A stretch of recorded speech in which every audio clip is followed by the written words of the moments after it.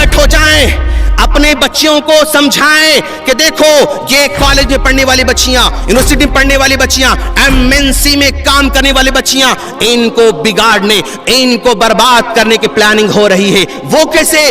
شر پسند تنظیمیں اپنے نوجوانوں کو سکھا رہے ہیں کہ مسلم بچوں سے دوستی کریں.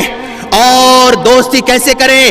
اپنے آپ کو اسلام کی تعریف کریں, اسلام سے محبت کا اظہار کریں, اسلام کو جاننے کی بارے میں کہیں اور اسلام قبول کرنے کی بات کریں, اس کے نام کی تعریف کریں, اس کے حجاب کی تعریف کریں, اس کے پردے کی تعریف کریں, اس کے ماں باپ کی تعریف کریں, تو بچی یعنی فوراً تمہارے ہاتھ میں آ جائے گی. اسلام قبول کرنے کی بات تم کرو گے, فوراً تمہاری بچی تمہاری بات مان لیں گی, اور اس کو بگاڑ دو, اس سے برائی کر لو, اس کو برباد کر دو.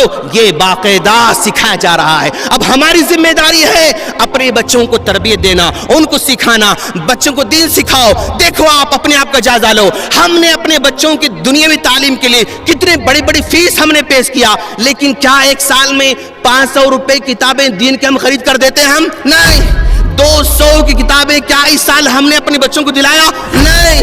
300 کی دینی کتابیں ہم نے بچوں کو دلایا؟ نہیں. پھر کیسے امید رکھو گے کہ ہمارے بچیاں بغاوت نہیں کریں گی؟